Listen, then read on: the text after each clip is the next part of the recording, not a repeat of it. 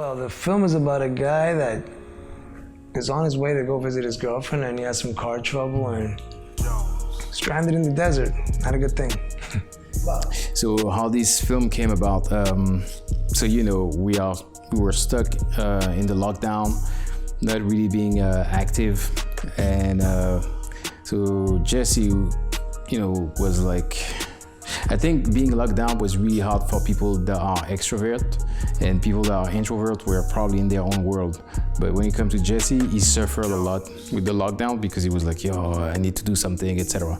And I kept on telling him, oh, you shouldn't really go out, etc. But he was, yo, let's shoot something.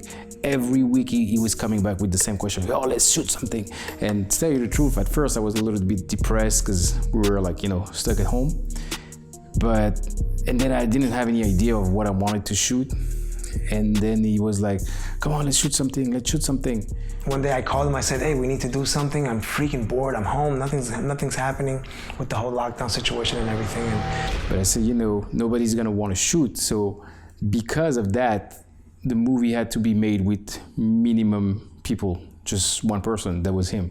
So I was like, how could we make a story with just one actor? It's like, you know, it doesn't exist.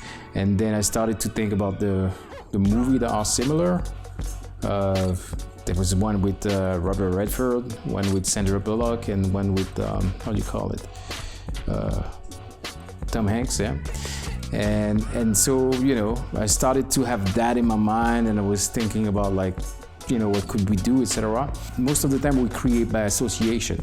So it's like peanut butter and jelly sandwich doesn't exist. You think, oh, peanut butter, oh, jelly, and boom, you have a new thing, peanut butter and jelly. So the thought process was a little bit like that. It was like, you know, I was thinking about all the movie that have been done with one person.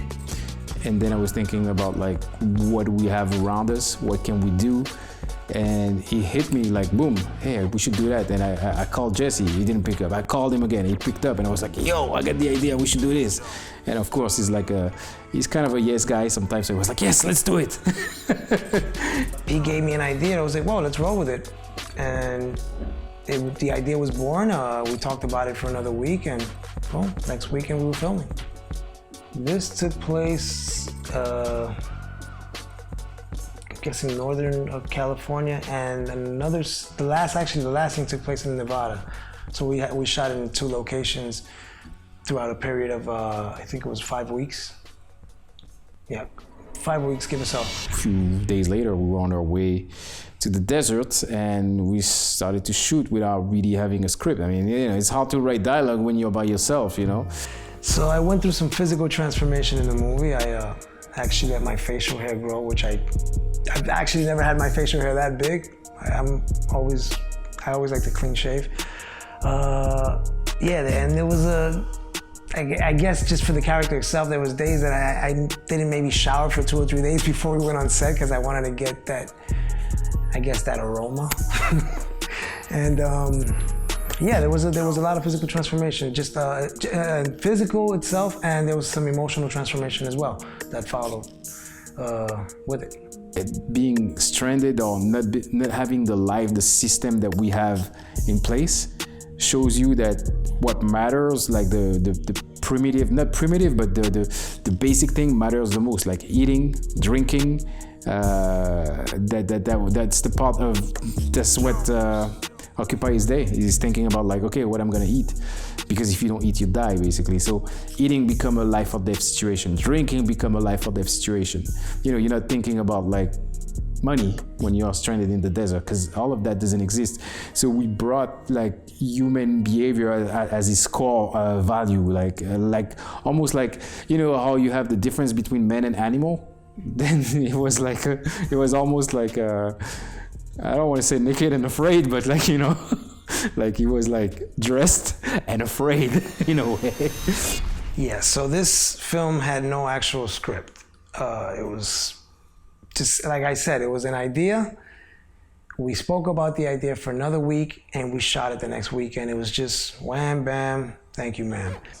The snake was something else. So I did a scene with 2 snakes actually. And yeah, I've never actually touched a snake, and these weren't little snakes, these were some big babies. You know, you think snake, you think rattlesnake, you know, you think the desert, so you think, you know, it's a rattlesnake, they're not that big. But whoa, mama, was this snake big. It's like an anaconda. And it wasn't one, it was two. So I got friendly with them. They fed the snake a big rat before we went to go shoot, which scared the living crap out of me. So when we arrived on set, we did the whole scene where the snake was actually close to me, and then I had to kind of touch it. But to be honest, actually, after I touched it and I was, you know, we kind of bonded, me and the snake. You know, we became cool friends, and you know, we did a couple of selfies. It was good. Yeah. Yo, the cliffhanger is crazy. So you have to watch this because, you know, it's one of those where, you know, you're not gonna see it coming, and you'll be like, oh shit, you know. So yeah, watch this. That because I want to spoil. Like, I'm a serial spoiler for anybody that knows me, especially, for example, Brian Winston. He knows that I'm spoiling every movie. So right now I want to spoil it for you, but if I spoil it, you won't watch it. So I won't say it. But the cliffhanger at the end is like, wow. So watch it.